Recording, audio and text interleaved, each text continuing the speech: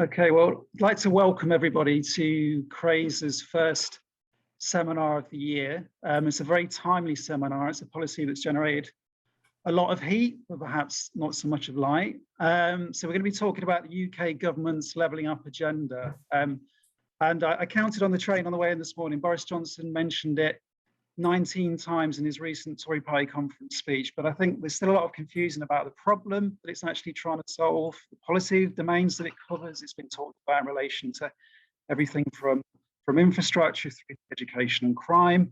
There's some uncertainty about the spatial scale it targets. Is it everywhere except London? Is it regions, cities, and towns, and so on? But also, what is success? How would we measure levelling up? How will we know when it works? There's lots of issues. Unfortunately, we've got a really good panel today to help us think through some of those questions and issues. I'll very briefly introduce them now and then say a little bit more when each speaker does their presentation. But we've got Steve Fothergill, who's from Sheffield, Hallam, here at Sheffield Hallam University. He's having a few technical issues joining us, so hopefully he'll join us during the course of the forum. We've then got Philip McCann from the University of Sheffield and Malcolm Leitch from Glasgow City Council. The format of the session will be each speaker will talk for about 15 or 20 minutes. We won't take questions immediately after each presentation. We're going to wait to the end. We'll take all the questions in the last 20 minutes or so of the session, and we're going to round up by about 11:30. I think that's everything I need to say before we start. So without any further ado, I'm going to hand over to our first speaker, who's Philip McCann. Many of you will know Philip. He's a professor in the Professor of Urban and Regional Economics in the University of Sheffield. He's also a member of the National Infrastructure Commission's Expert Advisory Panel on Levelling Up. I'm sure many of you would be familiar with Phil's work on regional inequalities, such as his 2016 book, The UK Regional National Economic Problem, Geography, Globalisation and Governance. Okay, so I'll hand over to you now, Philip. Okay, so thank you very much. So I can speak for 15 to 20 minutes, more or less. That's kind of how I timetable this. Great. So the first thing is obviously later on we'll have time for some Q&A, and on specific points, obviously I'll happily give my observations on specific things. What I'm going to try not to do is talk too much about the government's agenda, and the reason is that until we see the white paper, which hopefully is due in the next few weeks, I'm not sure in terms of the value of kind of commenting on what newspaper journalists say and commentators and columnists. I find a lot of this not particularly helpful. So I think what's important is to go back to the basic principles about what the issues are, and then think about, okay, where government policy might be going in the coming months and years in that context. The other thing is also one of the things I'm very clear about. So this particular set of slides I'm producing, I've used before in debates with the Royal Economic Society, the Society of Professional Economists, or elsewhere, is I also don't see these things as a party political thing. I just don't think it is. I think these things are way beyond individual parties or individual governments. They are very long-term, they're deep, underlying and long-standing structural issues to do with the way that we do things in the UK. And that's what this is about. So let me give you kind of sense how I think about these things. So I'll go back to about a Spectator. There was actually two very good articles of Spectator back in 2012, both actually written by Neil O'Brien, who's now the Member of Parliament and the Under-Secretary of State, who's leading on the writing of the white paper on levelling up. At the time, Neil was not a parliamentarian. And his point was that in many ways, the UK seems to be separating, or somehow the centre, the core governance centre, just doesn't seem to be either aware or particularly knowledgeable or even interested or cognizant of what's going on in other parts of the country. And he said this is a fundamental structural problem. But the best description of the problem I saw in an article was in The Economist in 2013, a sticky pitch for the Tories. And what they said was, imagine trying to explain to an outsider what the UK is like in economic terms. Well, it's the same problem of having to speak to an outsider to try and explain rugby. Rugby has two different codes. To an outsider, you know, my wife is Spanish, rugby is rugby. Whereas to people in the UK or in Australia or New Zealand, rugby is not rugby. Rugby league is a different game to rugby union. The rules are different, the number of players are different, the training systems are different, the pitch markings are different. All the internal structure, even the physical, what the players look like is different because they train in different ways. The strategies are different, and everything wrapped around rugby league is different. All the commercial interests, all the social, cultural interests which are connected with it, and they basically coexist with rugby union with almost no interactions. I mean, the number of players who switch codes is tiny. You can name most of them. And the commercial and business engagements are almost entirely separated. And to an outsider, they look like the same game. You have an egg-shaped ball, you run forward, pass it backwards, fall over, drop it on on the floor across the line and kick it through an H-shaped set of posts. To an outsider, it just looks identical. Whereas for those on the inside, that that they are fundamentally different. And actually, I think this struck me as a very good way of explaining to an outsider the problem of the UK. And levelling up and rebalancing are basically trying to address those issues. That's what the issue is. Trying to address the fact that internally the UK has been the wording I've been using in my own writings is decoupling internally. Now, narratives have shifted dramatically very recently. We did talk about rebalancing. Now we've got levelling up. Of course, the levelling up narrative itself was forged out of the Brexit process, but it's a complex set of issues, I'm aware of that. But the fundamental problem is that in the UK, the problem of the interaction between geography, globalization, and governance, and that was the subtitle to my book, The UK Regional National Economic Problem. These things have all interacted in very specific ways in the UK, which is very, very curious. Back in the 1980s, Angus Maddison, who built the first OECD comparable countrywide productivity data sets, used to say there's 4 types of country in the world: developed countries, developing countries, Japan, and Argentina. And the point was, you just couldn't talk about what was going on in either Japan or Argentina in the 1980s by looking at other countries. It was just no help. And equally, looking at Japan told you really nothing about other countries and vice versa. Well, I argue the UK is really an outlier to a similar degree nowadays on many, many levels. And the fundamental point is, inside the country, we have these huge interregional imbalances, which I'll talk about in detail in a second. And they're really, we're very much an outlier amongst developed countries in terms of the scale of those imbalances.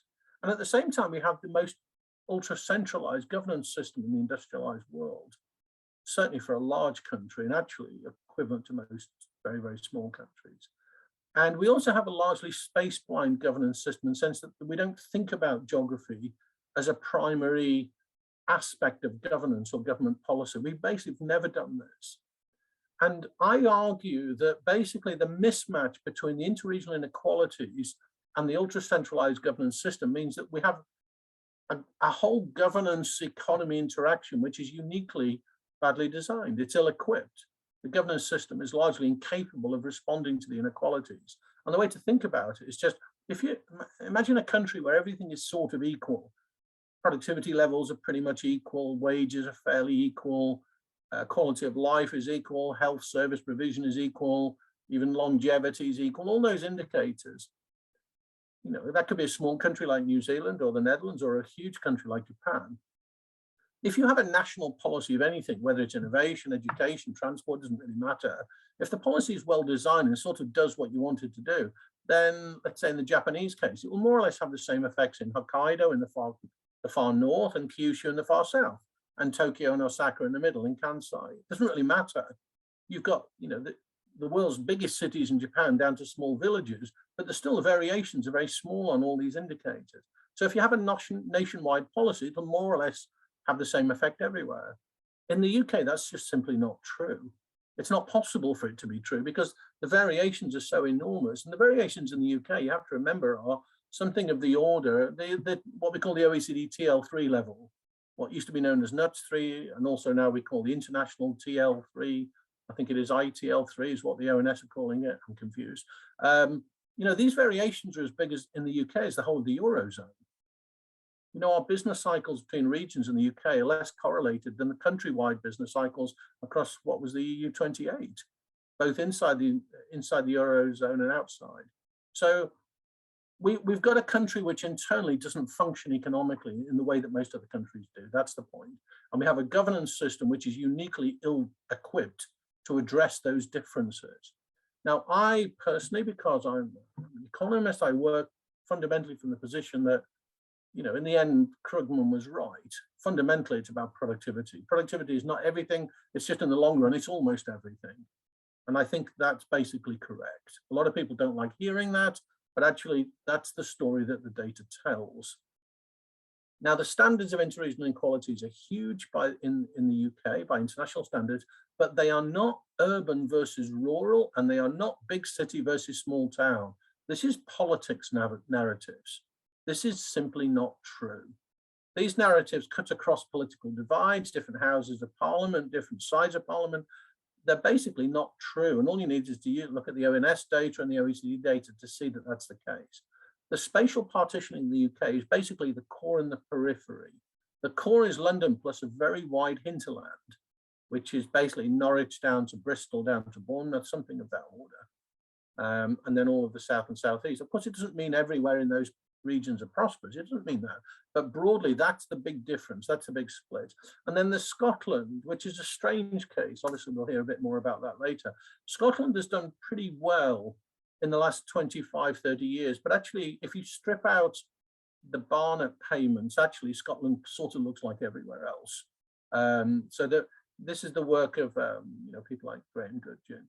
But Scotland's productivity levels as a whole, the interaction between public and private, actually have done pretty well the last 30 years. But I'm also aware that within Scotland, you've also got core periphery structures, particularly between, you know, kind of Aberdeen, Edinburgh on the East Coast, for example, and some parts on the West Coast. There are differences in Scotland, and the same in Wales. You know, you've got the kind of core area around Cardiff, has very different experiences to Central Wales, for example. So there's things that, of course, we can talk about, but broadly, the point is that we've got a core periphery problem in the UK, which is primarily centered around the London economy. And it's not an urban versus rural or a big city versus small. There is a partitioning of tradables versus non-tradables. And this is something you observe in the sense that the places which are prosperous, whether it's Aberdeen, Edinburgh, Cambridge, London, Birmingham, Bristol, are places which are constantly generating high levels of exports, tend to be in higher value added sectors, high knowledge intensive sectors, and they are competitive globally. They're being traded globally, whether it's goods or services. Whereas there are many areas which are becoming trapped in an equilibrium, which is about non-tradables.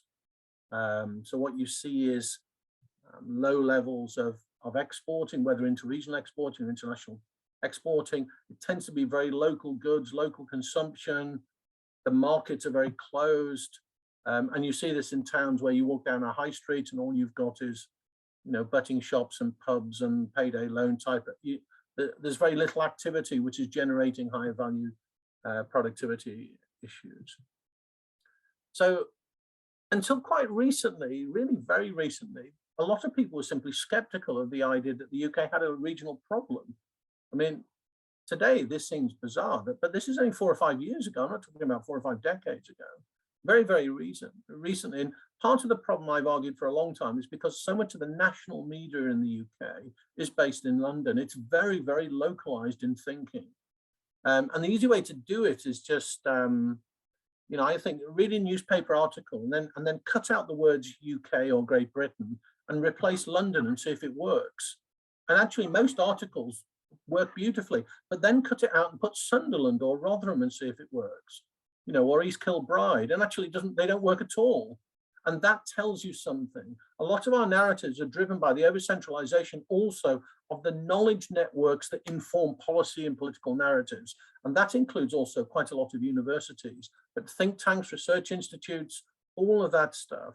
And so we've ended up in the UK with an economy which Andy Haldane described as a hub with no spokes. It's the idea that whatever goes on in the strong parts of the economy doesn't seem to diffuse across the country in ways that it would do in many other countries. That's the point. I mean, the whole of the UK is about the size of the US state of Wyoming. England, which is obviously 55 million, is about the size of the US state of Iowa. You know, these are very, very small areas by global standards, and yet we've got these huge inequalities and over tiny distances. And that's something that's the key problem. Why does this not happen? And some people have tried to, political narratives about things like metropolitan elites, all of this stuff. I just don't buy most of this. I mean, if you look at the evidence, most of this stuff is just not true. We don't have an urban problem versus rural, or a big city versus small city. We have this core periphery problem. A lot of this metropolitan elite and big city narrative is actually a copy paste from the United States. In the US case, that's broadly true. It's broadly true in Australia and Canada, but we're fairly lazy with languages. So what we tend to do is copy paste things from other large English-speaking countries and assume it's kind of relevant here. Well, they're not. We couldn't be more different in many ways. We look much more like other European countries in terms of our issues. So we do have very, very large interregional inequalities. Perceptions and awareness have grown dramatically about these things in very recent years. And I've certainly, to be honest, been one of the key people in articulating the issues which have helped change those perceptions. I'm not alone, of course, there's other people doing this. Paul Collier, Jim O'Neill, Andy Haldane, Tony Venables, and so on. But there are, it's a serious issue. And of course, people in the regional studies world, obviously Steve Fothergill, Pete Tyler, Ron Martin, Ben Gardner, there are people, Richard Harris, but it's still relatively small numbers of people. And it's only very, very recent you started to see this shift. So to give you a kind of a ballpark, I'm just looking at the clock. Oh my goodness, my watch is not working properly, so I just have to keep checking the time. It stopped working. So am I okay to keep going? About 5 minutes, okay. So to give you a sense of what we're talking about, half the UK population today live in areas which are no richer than the poorer parts of the former East Germany, with a quality of life about the same as Alabama, with healthcare access equal to many parts of Eastern Europe, with multidimensional living standards, the poorest parts of the southern states of the US. Levels of civic engagement in the UK are in the 3rd quartile of the OECD quartiles, which is very, very bad. And you see this across whole sectors and whole areas. What you get is this extreme concentration of where things are going well, and living cheek by jowl next to things which are clearly by international standards going pretty badly across everything. And these are the kind of indicators I use. This is Germany against the UK. So the dark lines are the UK and the dotted lines are Germany. This is using the different systems and national accounts from the OECD. But basically, this is the inequality levels interregionally. What you see is at the time of unification in Germany in 1990, Germany was much more unequal than the UK, no surprise. But then what happens is very quickly, the UK becomes much more unequal than Germany. You get this X shape across. Now, it depends which indicator you use when the time period of that crossing takes place. But actually, there's loads of these, and we've published all this stuff. So the UK today is more unequal interregionally on many measures than Germany was at the time of reunification in 1990. Think about that. That's the scale of the problem we're facing. And Germany's trying to address those problems by investing around 70 billion euros a year for 30 years. That's the scale. Over 2 trillion has been invested specifically in regional development to counteract those inequalities spatially. In the UK, we're talking about less than 1% of GDP's ever been invested annually. In total, including fiscal equalization. Actual regional development, about 0.2% of GDP. These are minuscule numbers, as Bob Kerslake talks about pea shooter policies. You try to deal with a huge thing with a few pea shooters. So this is the kind of scale of the problem. And you also see it in urban issues. Think about this core periphery problem. It's not an urban versus rural, and it's not a big city versus small city. It's a core periphery. And that also means you get high inequalities just within the city environment. And you can see them here looking at the ratio. This is just taking the cities in the UK. We are also amongst the most unequal in the OECD, simply within the city system as well. So again, if you compare Edinburgh to Sheffield, for example, or Bristol to Bradford, you've got huge differences. Or of course, London to Middlesbrough, massive, massive differences just within the city story. So it's not just that it's interregional, but that interregional also has huge interurban effects as well in terms of these inequalities. And this is the nature of the UK problem. And these problems have been basically getting worse steadily for 30 years. The final point I'll make is this. This gives a sense of the order of the magnitude of the problem that we're facing. And obviously, I'm happy to talk about specific issues later on in the Q&A. The final point I'll make is, where does a lot of this come from? Why have we not tried to address these things? Now, there are examples where we have, and obviously, Glasgow is one of them. Glasgow was the real first turnaround city in the UK. From about 1990 onwards, Glasgow is a remarkable case. Still a long way to go. Obviously, I'm aware of that. But in comparison to where Glasgow was, I mean, in the UK, a lot of people will talk about the Manchester model, but people forget that it was Glasgow was the first turnaround city on many levels, and Manchester was about 5 or 6 years behind, but borrowed a lot of insights and ideas from the Glasgow experience. But obviously, the institutional architecture was different. But still, Glasgow and Manchester are the two turnaround cities that everyone is now looking towards, thinking, okay, how do we kind of bring about changes of that nature or scale, if you like? But why is it we got into this trap in the first place? That's still a puzzle. Well, the answer is really this. The thinking in the Treasury, which goes back many, many decades and is independent of political party, in the UK has been that there is an automatic efficiency equity trade-off when it comes to regional and spatial things. And so the thinking is, okay, we'll let London grow or whatever, because that's good for the economy as a whole. And if that means greater inequality vis-a-vis the rest of the country, it doesn't matter, because growth as a whole of the country will benefit. Actually, that is not true. Across the OECD, there is simply no evidence of that. What there is evidence of that in specific countries. The most obvious case is the Republic of Ireland, where that is the case, where the growth of Dublin and Cork, primarily the Dublin economy since around 1990, has driven the growth of the economy of Ireland. Ireland has got very high interregional inequalities, but Ireland's overall productivity levels are about 25, 30% higher than the UK, higher than anywhere in the UK except London. In the Irish case, it's kind of worked, but now they've also got issues that they're dealing with. Poland would be another case where there is evidence to say that that looks like, that's what happened in Poland. But that is not a story of the Netherlands. It's not a story of Australia. It is certainly not a story of Germany or Switzerland or the most of the Nordics. Denmark doesn't look like that. Finland certainly doesn't look like that. This was a narrative that framed policymaking right from the beginning. And actually, it's a narrative that was based on simply a set of assumptions and nothing else. So a lot of this, let's just forget about the regional thing. It will all work out in the wash. It will all be all right on the night in the end.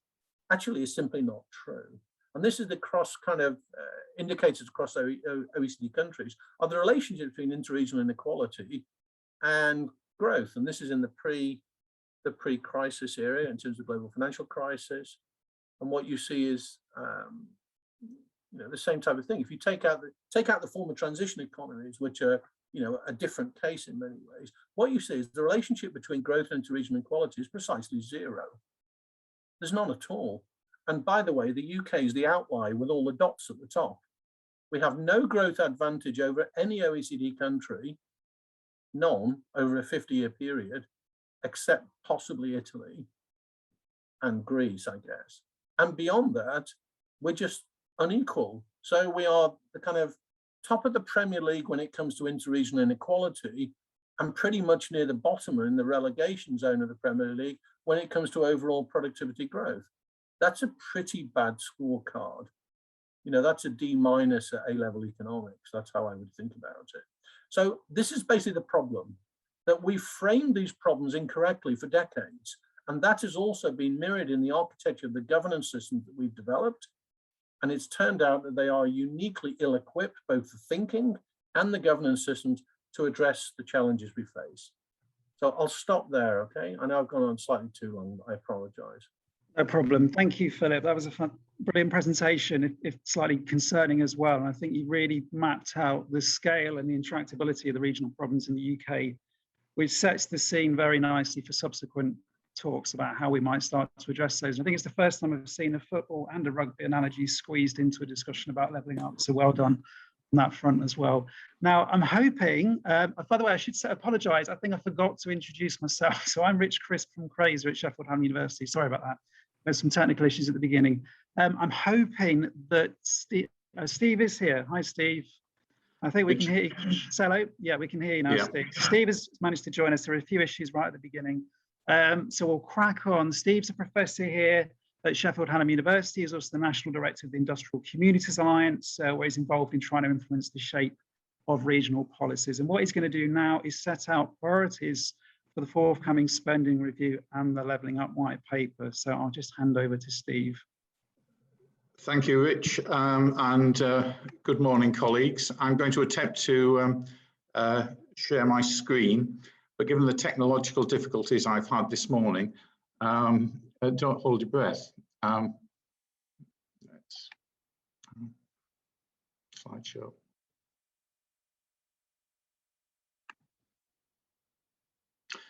There we are. Right. Yes, and apologies for the technological difficulties earlier in joining, though. Actually, I think it's been quite sensible for Phil to go first, because Phil, in many respects, has set out the problem, and I'm going to begin to address some of the potential solutions. Now, the background to what I'm going to say is this report, which myself and Tony Gore authored and was published back in the summer. A plan for the North, how to deliver the levelling up that's really needed. Now, the background to this report is that we were approached to put it together because there was discontent, considerable discontent out there about the way that the levelling up agenda in the UK was developing.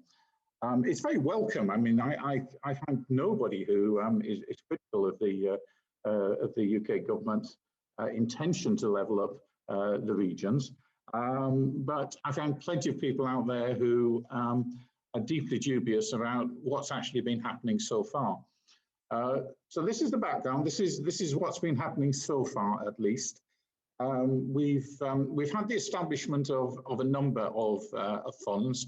The Towns Fund, which has component parts to it, the Levelling Up Fund, the Community Renewal Fund. We've also had the Freeports Initiative, which may or may not be seen as part of the Levelling Up agenda, depending who you're talking to. But the faults that many people see in what's happened so far is that there is no new money on the table. There's been insufficient focus on less prosperous places. That insofar as there has been any selection of priority areas, it's been pretty flawed. There's over-reliance on competitive bidding, and some of the funding is operating on very short timescales. So we were asked to put together this plan for the North to really challenge the existing levelling up agenda and say what needs to be done. Now, let me be quite clear here about this document. The prime movers behind this document who asked us to draft it are Steve Houghton, the leader of Barnsley Council, Dan Jarvis MP, who I'm sure most Sheffield colleagues will know as the Mayor of South Yorkshire, and Ros Jones, who is the elected Mayor of Doncaster. Though it was initiated from within South Yorkshire, the intention is that it should speak to the whole of the North. And since publication, the Plan for the North document has been endorsed by more than 40 council leaders across the 3 regions of the North, and by all bar one of the elected metro mayors in the North. The exception is Ben Hoochan up in Tees Valley, who is a Conservative. Now, I'm not so sure whether that's because they didn't try to approach him or because he refused to endorse the document, because it's not been me or Tony who's been assembling this group of supporting council leaders and mayors. It's been very much the prime movers, Houghton, Jarvis and Jones, who've been doing that. Plan for the North was launched in Westminster in July and sent formally to the Prime Minister with the backing of those council leaders and mayors. Now, what's in the document? It covers a lot of territory, though it's actually not a hugely long document. It only runs to 35 or 40 pages. There's a critique in there about the failings of existing initiatives. And you can see those are the main headings of the report. What's happened since the report has been launched? There was a debate in Westminster Hall. Now that's the subsidiary chamber of the House of Commons, where backbench MPs can trigger debates. There was a debate in the Westminster Hall led by Dan Jarvis last month. The Local Government Association organised a really very well attended fringe meeting at the Labour Party conference a couple of weeks ago. I think there must have been 250 people in the room, which I addressed and talked about the document.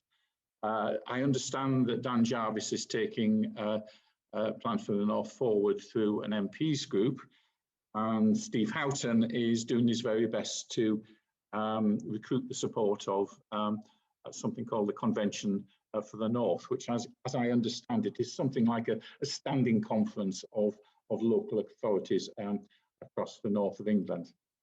There are also now two quite separate submissions to the spending review and white paper that are doing the rounds and have gone into government.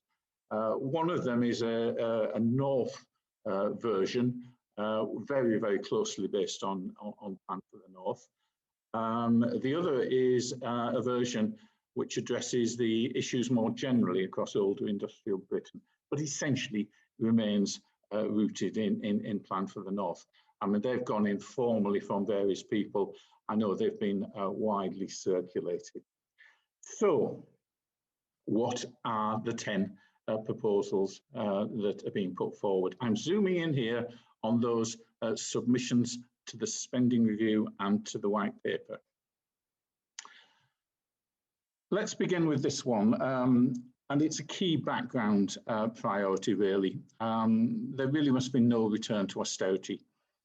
If we return the economy to austerity, if we have spending cuts, if we have increases in taxes, then I think that will slow economic growth, and all parts of the UK will be damaged from that sort of strategy. The financial austerity after the 2008 crash was a serious mistake. It slowed economic growth everywhere. The best way to actually restore public sector finances is actually to grow the economy, because that increases tax revenue and reduces spending on out-of-work benefits. So, by way of background, no return to austerity. Second priority, there needs to be new funding for levelling up. Now, for those of you who don't follow the debates around levelling up closely, you may believe that the government has actually been putting in new money already to levelling up.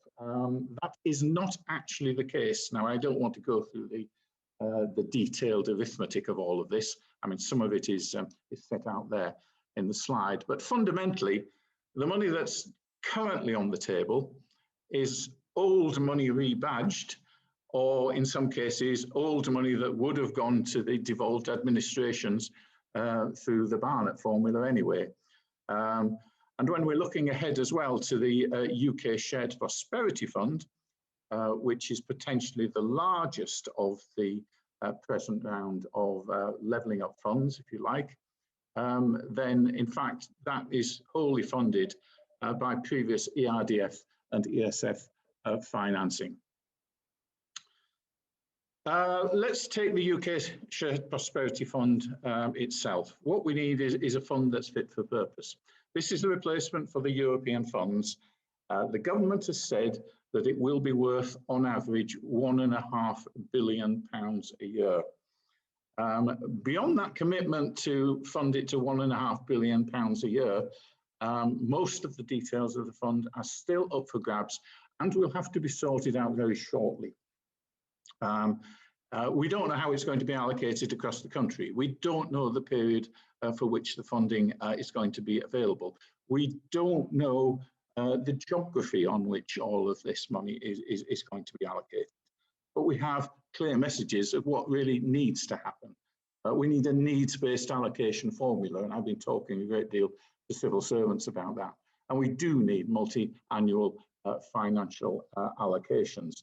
And sub-regions are unquestionably the best geographical basis for allocating the funding, because that's the geographical scale at which local economies operate. Local economies operate beyond local authority boundaries, but don't really extend out quite so far as standard statistical regions. There's a huge issue which South Yorkshire needs to watch out for, and also I've got to say Tees Valley and Durham up in the northeast, which is that had we remained in the European Union, they would have been online to get really massive additional funding from Europe. We wait to see what the government does about that issue and whether or not it shortchanges places such as South Yorkshire. We're saying that those places should not be unduly disadvantaged. Point 4, we need a budget line for business support. Now, really, there are two issues in here. There's the rules governing business support, which are like the EU funding to the regions. They're all up for grabs now we've left the European Union. The UK will have to replace the EU state aid rules with something, and they're talking about replacing it by a new UK subsidy control regime. The draft legislation is actually in front of Parliament at the moment, but the details are really not there and won't emerge until guidance is finally issued when the legislation has been passed. But over and above getting the right rules in place, we then need a budget line to support industry, to support jobs, to support investment, to support training, to support R&D, and so on and so forth. And really, in England, since the demise of the Regional Growth Fund in 2015, we've certainly not had a budget line for regional investment aid. An assisted area map is a central demand here. We need to target the places with the weakest local economies. Point 5, a fairer distribution of R&D spending. Oxford, Cambridge and London account for almost half of public R&D spending. That's despite the fact that those three areas only account for about 20% of the UK population. The government's committed to a big increase in public spending on R&D, so this is a good moment to use that increase to push more of the spending out to the regions where it can have positive longer-term implications, consequences, benefits for local economies. There's an R&D place strategy promised. I think Phil McCann, I think you're somewhere involved in all of this. I haven't seen the output of that yet. Investment in infrastructure. The government talk a lot about this. It's certainly the case that the North has been shortchanged over the years. I think London on a per capita basis gets 2.5 times as much spending on transport than the North of England does. These new levelling up funds can really only finance modest schemes at the edges. If you're on about big things, major investments in rail projects, for example, this is going to need central government financial commitment. Gaps funding for land and property development. Generally not a problem in the prosperous parts of southern England. The free market will do things by itself. But in large parts of the north where you've got low land values, low property rentals, the economics of bringing brownfield land back into use or developing speculative business space for industry and commerce doesn't always stack. Gap funding is a very, very useful tool. It's simple and straightforward. We need it in the north of England and indeed in older industrial Britain more generally. Point 8, more funding for local authorities. Given that the key backers of the plan for the north come from local authorities, it's hardly surprising that this demand is in there, but it's one with which I think myself and Tony would wholeheartedly agree. Just about all local councils are facing a crisis. in their finances, not least around adult social care. Over the years, government grants have been cut, and they've been cut hardest and most in the weaker local economies, particularly in the north of England. We need local authorities to have more funding, to have access to a wider range of funding, and some long lost discretion over council tax needs to be restored. Building on that as well, we see a lot of merit in greater devolution to local leaders. I think Phil McCann said that UK local government is more centralised than anywhere except Albania and Moldova. Yes, that's certainly the way things have been heading. We wouldn't suggest that devolution by itself is a solution for levelling up, but it certainly will help in the weaker local economies. It means greater sensitivity in decision making. There's a platform for independent action and initiative, and of course sharper democratic accountability. And finally, of the 10 priorities that are being put forward based on the Plan for the North, is that we simply need a long-term commitment. The problems of a less prosperous Britain, of some of the weaker economies in older industrial areas, for example, these long predate the pandemic. It's not simply addressing the consequences of what's happened over the last 18 months. These are deep-seated problems. And actually, in truth, even if levelling up is a new name, we have a lot of experience in trying to deliver policies to level up. We used to call it regional economic policy. And we do know, in fact, that you can make positive progress. But if the government is looking for a single simple solution, and especially if it's looking for a quick solution, it should think again. The world doesn't work like that. So there we are. 10 priorities for this spending review and white paper. When I look at them like that, and probably when you've listened to them, it all seems very ambitious. Yeah, I think it is ambitious. But we're dealing with a big, deep-seated problem that needs action across a wide spectrum, and it needs sustained action across a wide spectrum. Whether or not we will see most or even some of these in the white spending review and white paper, we will just have to see. Certainly decisions on one or two of them will have to be made shortly. But this is a crucial moment. It's a moment that I welcome. I think it's good to see central government now committed to levelling up. What we've got to push for is to make sure that at the sharp end, there's some real delivery to match the rhetoric. So let me leave it there. Thank you.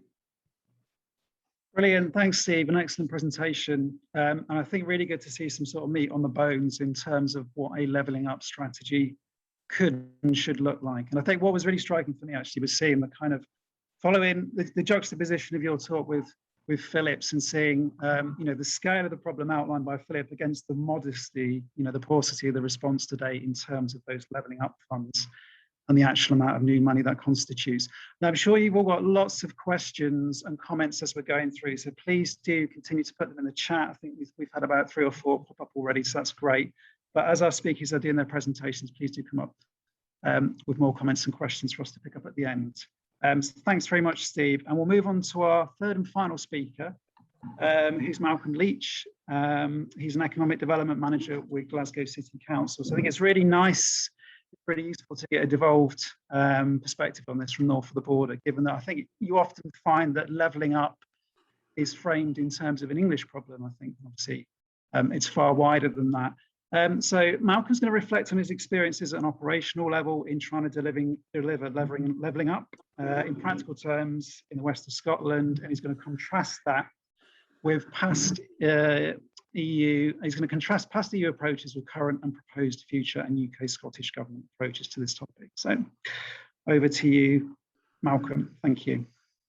Thank you very much, Richard, and thank you in advance. One of your colleagues is going to help me manage the technology of sharing the screens and progressing the slides. So, that's who I am, and I just want perhaps to start out that the comments that I'm making are personal ones. They're not, shouldn't be taken as the views of Glasgow City Council, because I don't want my participation here to hasten my departure from Scottish local government. So if you would take that on board, these are very personal reflections based on my experience with Glasgow and other local authorities in the west of Scotland. So could I have the next slide, please? Yeah. I think I first want to know, levelling up is the term that's been used a lot, bandied around in the last maybe 4 or 5 years. So it's a new term, but it's not entirely a new concept. We've been trying to do, with varying degrees of intensity and priority, levelling up in the UK for an awful long time. And indeed, regional economic development, you could argue, began even before the Second World War, with some of the early steps to create development areas, special development areas through the very first assisted areas map. And that has been a continuing part of the policy, as I say, with varying degrees of intensity and political priority given to it in the 70 or 80 years since then. We've also looked in the UK at a sort of a more localized level, community level, with the rediscovery in the mid-1960s that there's still a lot of urban poverty around, leading to initiatives such as the Urban Aid Programme, which was introduced by Jim Callaghan way back in 1969 when he was Home Secretary. And we've had all sorts of funding streams doing that type of, occupying that policy space since then, through things such as a single regeneration budget, etc., etc., etc. I'm not going to go through these in detail. I think you guys probably know much more about them than I do, but time is limited. But just to make the point that there's been intervention in that sort of space for an awful long time. Clearly, levelling up, it straddles devolved and reserved competences, with the latest development being, of course, the passing last year of the UK Internal Market Act, which gives the UK government a clear locus in promoting economic development in all parts of the UK. But parts of the levelling up agenda are delivered by devolved administration, in particular in Scotland, and that's the area, of course, I know rather better than other parts of the UK. Important to mention that even before political devolution happened in 1999, there was a lot of administrative devolution. So there were some schemes that we had were for Scotland only, and there was some discretion given to then Scottish ministers to do things slightly differently from how they were being done in other parts of the UK. But obviously, the creation of the establishment of political devolution in 1999 has moved the sort of terms of the debate quite radically since then, and creates the potential for differing perceptions, differing visions of levelling up by the Scottish and UK governments, with the tensions that are inherent in that sort of environment. So could we go to the next slide, please? I'm not going to sort of go over the ground that Philip excellently talked about in his presentation about the degree of economic centralisation that we have in the UK, and I think just to underscore that London alone now accounts for not far short of 1/4 of the nation's GDP, and if you look at the wider Greater Southeast, it's gone up over the last 25 years from 40% to nearly, in fact, just over 47% in the latest figure. So clearly we're getting economic centralisation. Obviously we know, and I think what was really interesting about Philip's presentation was he brought that international perspective in that. I think that's really helpful on that. Clearly, of course, it's capital city syndrome is not unique to the UK, but we seem to have it in a rather more severe dose in the UK than many other comparable large economies, with maybe the possible exception of France, which is still very centralised in the sort of in the Ile-de-France region. But I think that is it. But I think one of the things sometimes we we do, those of us interested in regional economics, is sometimes we stop at the sort of what I would always call the NUTS 1 level, or the ITL 1, the sort of standard regions and nations of the UK. And I think that can sometimes mask, very different experiences within these very large, in economic terms, territorial units within the UK. Just from Scotland, I think many people just see the regional economic development as something, as a Highlands Lowlands issue, with perhaps the most latest sort of slight deviation from that with the creation of the South of Scotland Enterprise Agency a couple of years ago. But there's this sort of perception that we've got this homogeneous central belt where 85% of Scotland's population actually live. And I think I wanted to just ram home the point that actually there are very different sort of growth trajectories within that central belt of Scotland. And I've looked at the two examples. They probably are the extremes, but I think it illustrates the point of the differing experience of what we've had in Edinburgh over the last 20 or so years, and that of Ayrshire. Effectively, cash GDP growth in Ayrshire has been less than half that of Edinburgh, and it's not as if Ayrshire was starting from a high point or Edinburgh from a low point. Quite the reverse. Edinburgh was already the most prosperous area in Scotland, and most indicators in 1998.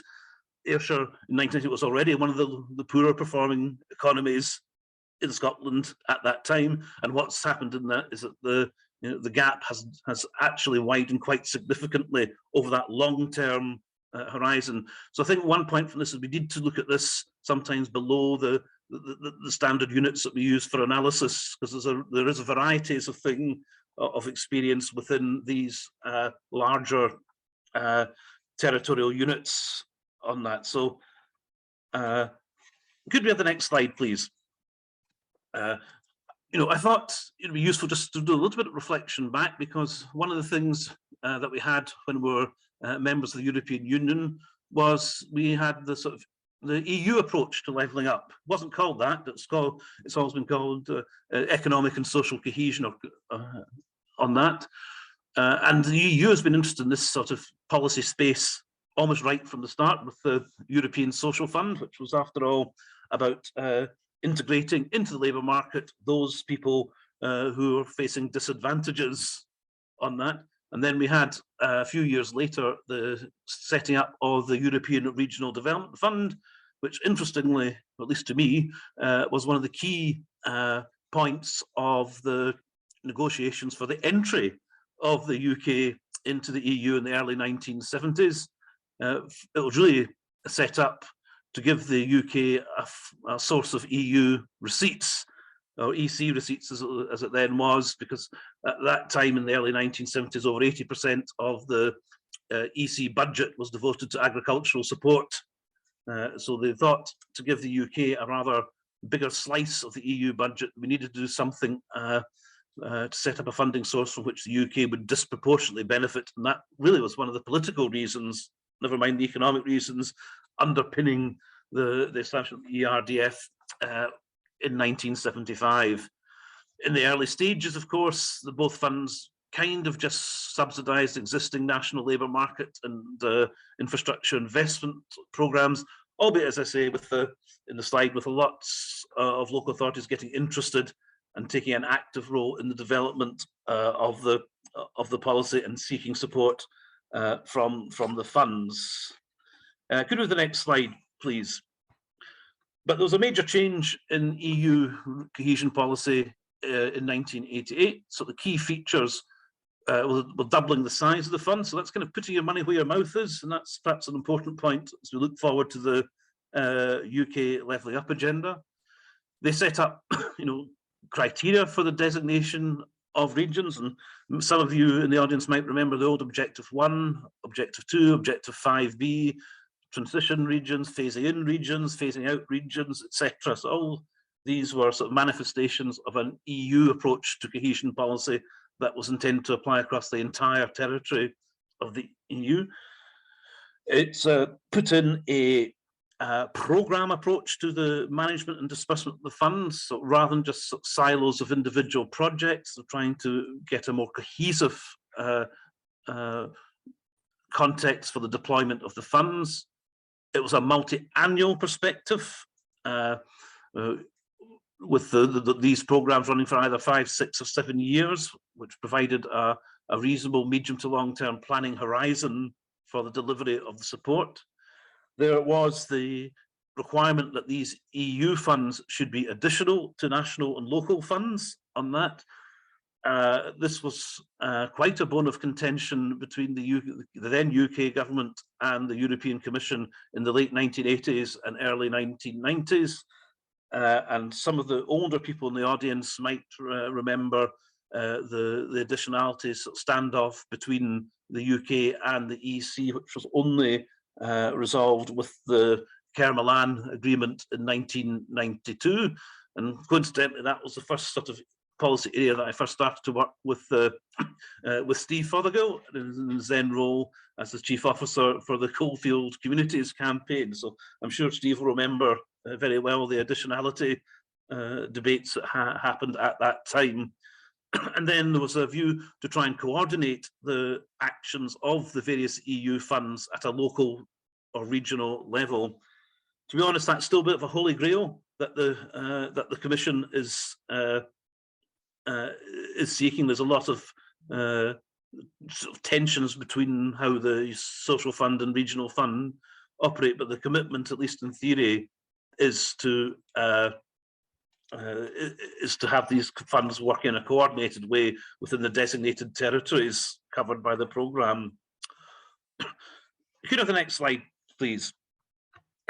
These are just very approximate figures for the EU structural cohesion funds that have come into the UK since that major reform that came into force after 1988.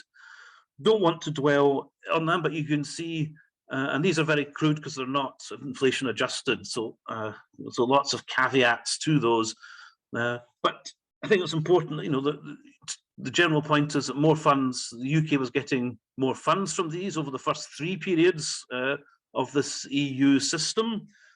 Reasons for that was the overall EU cake was getting bigger, but also that because of the asymmetric pattern of economic growth in the UK, more UK regions were qualifying for higher levels of support, higher classifications in terms of the EU framework on that. Helped a bit by some very shrewd redesignation of boundaries. For example, the redrawing of what was then called the NUTS 2 map in Wales from a north-south to an east-west bit, which, without changing the underlying economics, made over 2/3 of Wales eligible for the highest category of EU assistance. And we had a similar tactic employed where Cornwall was split off from Devon to become a NUTS 2 region in its own right, and therefore by qualifying for the highest tier of EU support. So we got that. Then after the 2006, a big drop in receipts. That's really mainly explained by the expansion of the EU in 2004 to bring in the Central and Eastern European countries on that.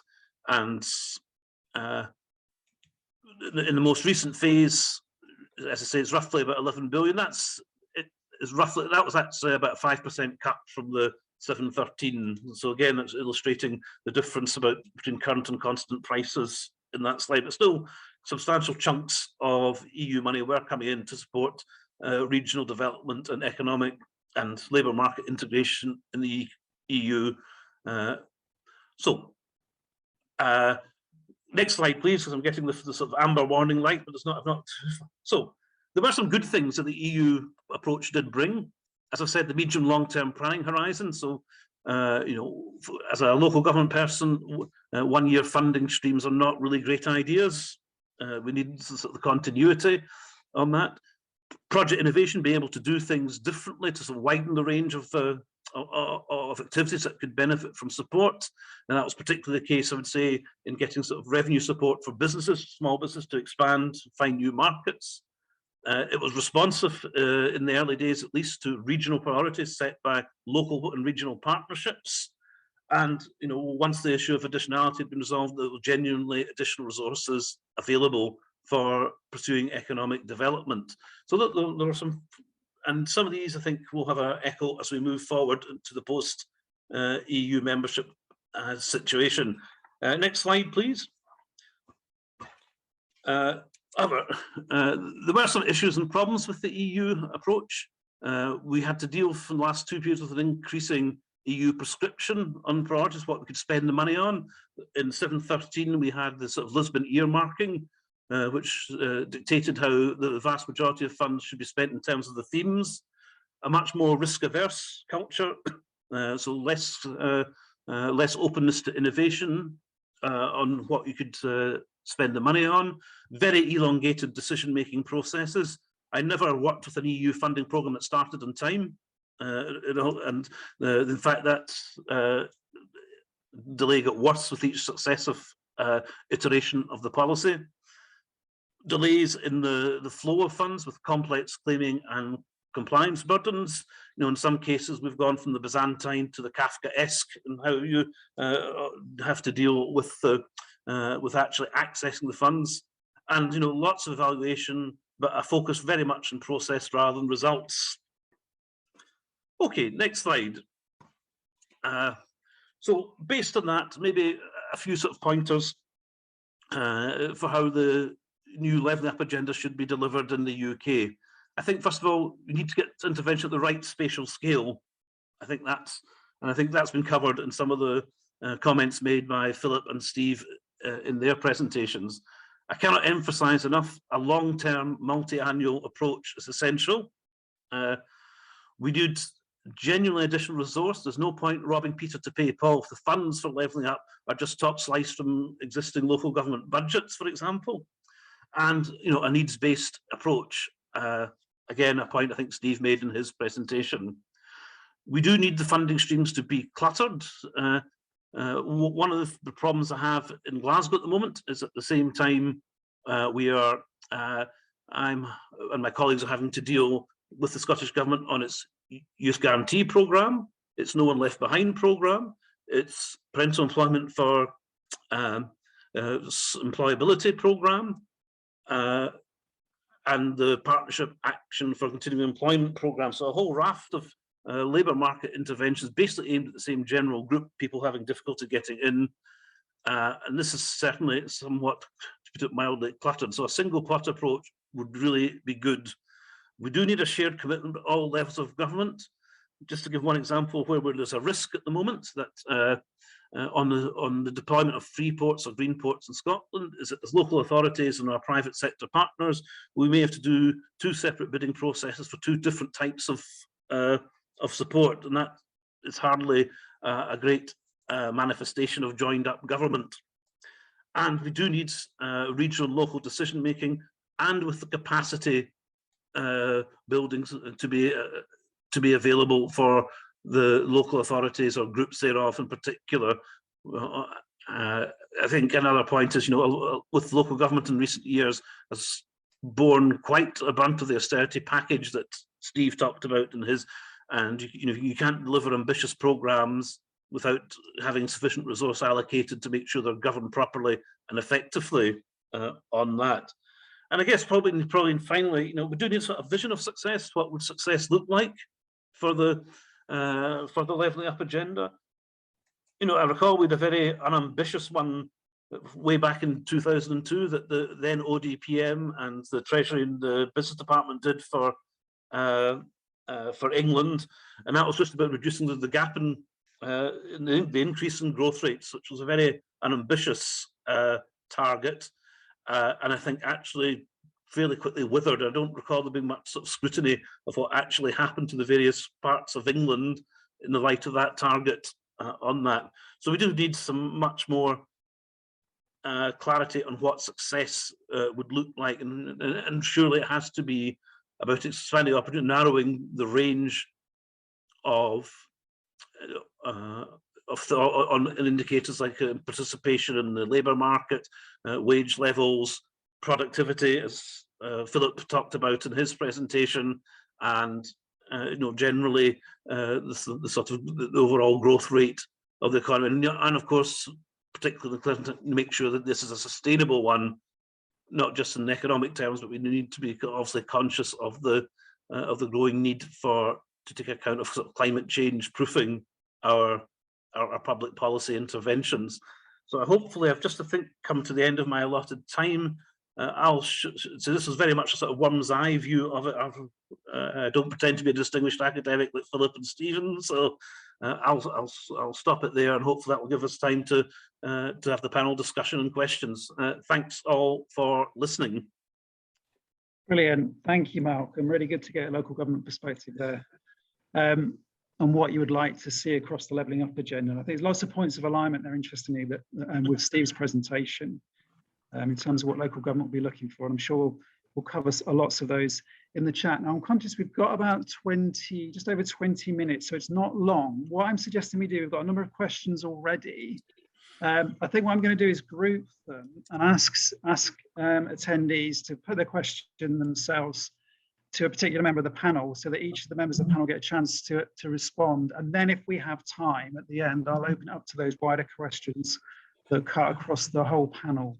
So I'm going to start there with, so far we've got, you'll have to excuse me for looking staring into the distance. I've got my questions on another screen, but I think there's two questions I'm going to take first for Phil. So we've got one from Ed Ferrari around political geography, and one from Michael Edwards around class and housing. So I'll ask you to unmute in turn, ask your question, and then if Philip could respond. So first, Ed, if you could ask your question, please. Hi, thanks very much, Philip. I hope there's not going to be feedback here. Great presentation, really enjoyed the analysis. My question, as it says in the chat, is about the political kind of geographical narrative that you referred to. And you say that the productivity problem was not an urban rural or a town v city problem as in the popular discourse, but rather a core periphery problem. Is that not just a reflection of the system of geography that we use to measure these things? If we allowed London statistically to grow to the behemoth that it actually is, when you look at things like, well, pre-pandemic at least, when you looked at housing market interactions and travel to work interactions and supply chains and things like that, and would have a very different sense of what London was, for example. It might cover about a third or a half of England, and then the idea that there is a metropolitan elite and that there are others might actually come back into play again. So is this actually just an artifact of statistical geography? Hi, Ed. Thanks, Ed. And then the other question is from Michael Edwards. Okay. They go together very well, I think, because, I mean, I too enjoyed the presentation very, very much. It did make me think that the processes... Are you there, Michael? Yes, I'm unmuted. You can't hear me. Yeah, we can. I can. Oh, good. The process which... sorry, go on, Michael. Sorry, Michael, go on. The process which Phil described as core periphery sounds to me awfully like the processes that I would call class. And I wondered if you had an observation on that. And certainly it links to me very much with the housing issue and the contribution of housing processes to these inequalities, because the way in which housing processes in Britain help to create and reproduce inequality is something which operates in every single region. It can produce core periphery type juxtapositions all the way across London, all the way across the Cotswolds, all the way across the northern regions. And it can produce side by side deprivation and wealth. And I would have expected to see a bit more attention to the housing mechanism as part of this extraordinary British mess, which he described so well. Okay, thanks for those questions. Over to you, Philip. Okay, so well, thanks for the questions, because I mean, these are crucial issues, and of course, a kind of problem with talking about things like levelling up is Steve and Ed both know very well, is that it's what sociologists call a wicked problem. It is so complicated. There are so many elements to this. And it's not only finding solutions or responses to try to address the problem is so complex, but also analytically it's so complicated. Because everything affects everything else. So that is, that it's important just to state that, because often sometimes people expect me to give a very quick response, and that's not the case. So in these two specific questions, which are very good questions, the first one, no, it's not a statistical artifact. I mean, the slides I showed, obviously I just showed you a few slides there, but actually you do all the same analysis with different statistical units. So I've written in detail on this problem. So in the UK, you can use what we would think of as I think they call it ITL1, the ONS now. It's the OECD TL2 classification. That's it was known as NUTS 1, but we don't use that language anymore. It's basically the OECD TL2. You can do this using OECD TL2 measures, and you can do it at OECD TL3 measures, which are I think now the ONS calls them ITL3, NUTS 3 in old currency, but basically you can do it to that level. And the results don't really change.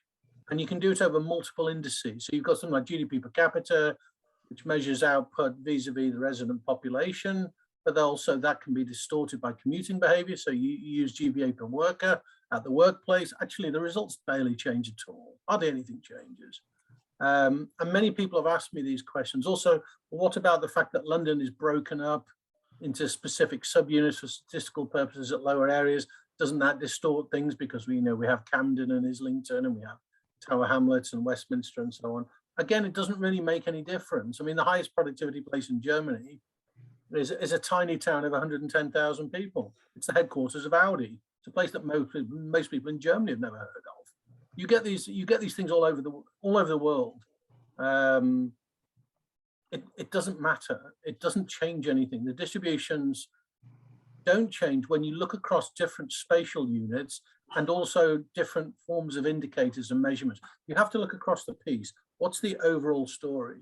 And then the functional urban one also, of course, the OECD now have generated these standardized classifications that you can use across countries. And if you do them on those levels, again, it doesn't particularly change. The urban distributions I was showing you are actually based on those OECD standardized, which actually go across. So London has a population of about 12 million on that indicator. So it's half as big again as the population-based area contiguity.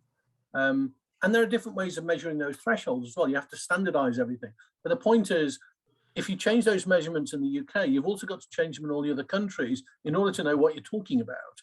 And that's often a mistake that we make in the civil service. We get a different measurement and say, oh, look, well, if we measure it this way, the results are different. Well, no, they're not, because you have to go back to say, well, okay, change it in the UK, now change it in all the other OECD countries and see, are we still unequal vis-a-vis the other countries? And the answer is basically yes. So, and you can also do it with lots of measures of inequality, Gini indices, tile indices, coefficients of variation. In the end, nothing really changes. That's the point. So they're not statistical artifacts. They are possibly, to some extent, a result of the issues around the planning system. This leads to the housing question, because you're right, Ed, that cities are constrained in the UK in ways that maybe they're not constrained in Australia or Canada and so on, through the operation of the land market, primarily land market constraints. Of course, that's an issue. These measurement things take account of those, jumping across the green belt and all that. They take account of those things. But that is itself also an issue in the UK. I think the role of the land market is hugely under-researched in the UK. There's much more work about the housing market, but much less about the operations of the land market. So I think Steve's points about also the need to think about land markets and interventions and so on as part of the levelling up package, I think is absolutely crucial. In fact, in many of the northern cities, the Midland cities, I would almost stick it as number one. It is so important. And it's almost barely talked about. I mean, at MHCLG, they've got some great people there, but so much of the narratives around their world in the press are about house prices. But house prices are an outcome of the structure of the underlying land market and land use constraint systems. That's the issue that we need to think about. And if leveling up policies don't start to attack those problems, then it's very hard to see how far you can go with them. So I wholly agree with Steve. I would even put it up there as about number one. I think it's so important. Now, the housing issue also has various other effects, obviously, as Michael's raised. Interregional inequalities in terms of productivity and incomes are actually dwarfed by interregional inequalities in wealth because of the operation of the housing market. You know, you get these huge extremes of wealth. And the standard response people I've often heard people say is, yes, but it's much cheaper to live in Barnsley. So even though you have a lower wage, you have a lower cost of living. So your real wage is probably not that different to living in Cambridge. Yeah, but that's a non-argument, because you can, if you have the same real wage in a more prosperous place, in nominal terms, your wealth is basically doubling. So at the end of a 25-year mortgage, you've got twice as much wealth as the people in the other places. The fact that you've got a real wage per annum in between is absolutely irrelevant. That's just a price signal vis-a-vis migration mechanisms. But in terms of actual wealth effects, it doesn't tell you anything. You've got to think about what is the annuity equivalent of all those capitalized wealth effects. And this is a problem with how lots of people try to measure. They say, oh, no, yes, but if you take in the fact the cost of living is higher and, you know, the cost of services is higher, then everything's equalized. No, it's not. The prices are low in Blackburn because there's very few services. Amenities are low, quality of life is low. That's a reality. Birkenhead, where I'm from, the reason everything is so cheap is because it's got the lowest productivity levels in the UK. It's not a factor price equalization argument. And this is something that kind of seeps into national narratives. And I don't really know where it comes from. But basically, that's something we also have to push back here. The housing related issues, sorry to interrupt, Philip. More fundamentally, the planning ones are critical. Sorry, Philip, to interrupt. I'm going to move things on a little just so we've got time for everybody, but there's some really great answers there. Thank you. Really illuminating. So I'm going to take a couple of questions for Steve now. And I think, Stephen Boxall, you had one about the Oxford-Cambridge arc, which is quite interesting, and also Julian Dobson on the climate emergency. So if I can ask you, Stephen, to unmute and ask your question, and then Julian, that would be great. Thank you. Yes, the Oxford-Cambridge arc. I'm just wondering whether that helps the levelling up agenda, particularly, I suppose, outside the greater South East region, and does it actually work within its own geographical area? Or will it actually work with its own geographical area? Okay. It comes back to the concentration of the R&D, I suppose, that sort of that thing that was raised. But there's building a community which is slightly different.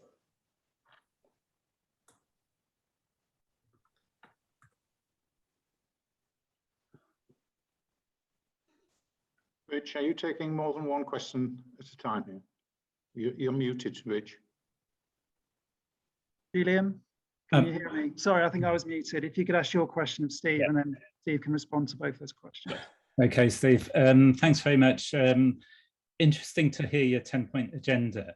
I was surprised that there wasn't any kind of mention of how this applies in a climate change world, and particularly thinking about things like impact on infrastructure. What kind of investment in infrastructure do we need? Things like business, what sort of businesses do we need to support? Skills, what kind of skills do we need to support? What sort of labour markets do we need to develop? And thinking also of the impacts on poverty and inequality in terms of who are going to be the losers in systems where energy prices are more expensive, potentially food prices are more expensive as well, already starting to see. So how do we actually take your 10-point agenda and adapt that for the climate emergency?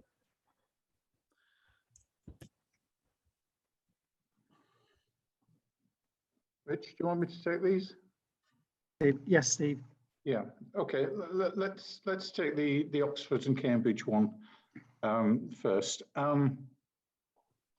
I must admit, I've been rather late in coming round to the view that the distribution of R&D matters a great deal to local economies. But there's always been a puzzle in my mind.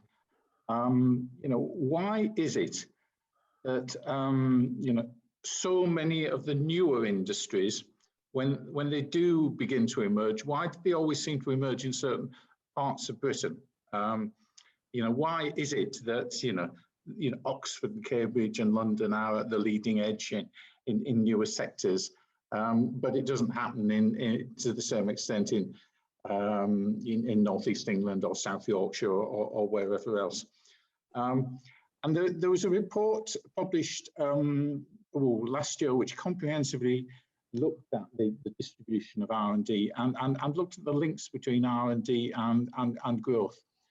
And while I wouldn't say that the distribution of R&D is necessarily one of the biggest factors, certainly not a big factor in the short run in determining whether economies grow, I think in the longer run there is an effect. And it does explain that sort of underlying riddle about why is it that certain places always seem to, be able to bounce back quicker and move into new sectors more quickly.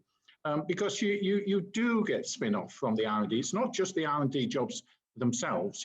It's not just the jobs in Oxford and Cambridge universities and in London institutions. It's the spin-off into the wider local economy, which I think has been particularly marked around Cambridge, and I think is very evident around Cambridge these days.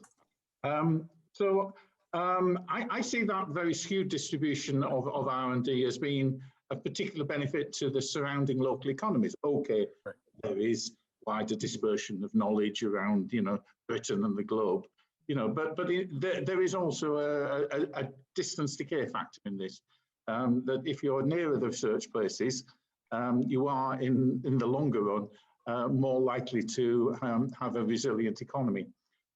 So the problem is that the research jobs are very, very concentrated down in that golden arc, Oxford, Cambridge and London. And we need, for the long-term good of local economies, to get more of them out into the regions. And this is the moment to do it, I was trying to say, because the government in the budget last year did promise an unprecedented expansion of spending on R&D. And it's always easier to shift shares of spending when the overall cake is growing rather than when it's static. If it's static, you've got to take money from somebody in order to give it to somebody else. We're not in that ball game at the present point in time. Now, very quickly on the green agenda, I think in Plans for the North, there is definitely mention of the need for green investment, the potential for it as well. But if we're on about levelling up between places, what we do always need to bear in mind that the green investment needs to happen everywhere. And if everybody does it, you're not necessarily levelling up between the least and the best prosperous parts of the country. So what the central focus of Plans for the North was about those measures that are needed, particularly to raise the economic performance in the weaker places, of which investment in the green economy is part, yes, fine, but other places will do that as well. Thank you. Okay, thanks, Steve. We've got about 5 minutes left, so I'm going to take, I think there's a question that would be really good for Malcolm from Rob McMillan around the politics of levelling up. So it'd be good to speak to someone who's in the sort of coalface, as it were. And then if we've got time, we'll maybe open that up to other speakers as well. So Rob, if you could put your question to Malcolm. Yeah, thanks very much, Rich. Yeah, what I'm interested in is the kind of brute politics of levelling up. We've talked a lot about kind of economic problems and economic solutions, but I just wonder whether we could have some interpretations about what levelling up means in terms of this government's political agenda as much as anything else. About the sense in which it might be recasting political debate about who should be prioritised and where should be prioritised, and whether it's partly about building or consolidating electoral coalitions. And I think that seems to have been missed from the agenda so far. So I'd be really interested in thoughts from the speakers around that. Great, thanks, Rob. Is that a question you could pick up, Malcolm? Well, perhaps partially, though I have to sort of bear in mind that, sorry to sound the bureaucrat, but I have a politically restricted post in terms of the legislation, so I don't want to dwell too much on some aspects of that. But clearly, you know, what is the situation, certainly in Scotland at the moment, is there's on the whole area of economic development, regional growth, levelling up, if you like. You know, these new funding streams that the UK government is proposing are causing quite a bit of tension within the Scottish polity, if I can put it that way. And you'll recall, obviously, a lot of the discussions and debates around the UK Internal Market Bill as it was going through the Parliament at the tail end of last year, so that the elements of the UK-wide approach to economic development are causing quite a bit of debate, not to say concern. I know, and for certain in Scotland, I think replicated in some of the in Wales at least as well on that. So the trouble is then that ourselves trying to make sense of the policy as local government, and indeed our partners at local level, we're kind of caught in a bit of a crossfire, and that's not a very comfortable place to be, and certainly isn't likely to make any policy effective. And that's why you know, one of the bullet points in my final slide did say that we needed a shared commitment from all levels of government to make the levelling up agenda work.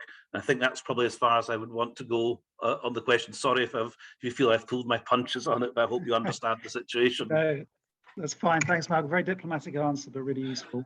I'm afraid I'm going to have to draw it to a close. I think there might have been one or two questions that we haven't had time for, so I apologise if you haven't had a chance to put your question to the panel of speakers. But I think we'll all agree it's been a fascinating and rich discussion, and it really captures a sense of the scale of the challenge. But also, you know, there are some ideas, there's knowledge from the past that we can build on to help us think about what this levelling up agenda should look like. And I'm sure the discussion will run and run. And obviously, we all await white paper with interest. So all that remains now is, just before I sign off, I just highlight we've got one more presentation. The next presentation.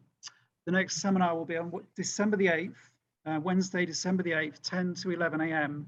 Looks like a great one. Harry Spider will be speaking on his research on the other Americas. That's white working class perspectives on race, identity and change. So that promises to be a really fascinating session. But I'll just finish off by saying a massive thank you to all of our speakers. It's a very well attended session. I think that's reflective of, you know, the depth of knowledge and insights across our panel. So I'll give them all a virtual round of applause and thank you all for your contribution.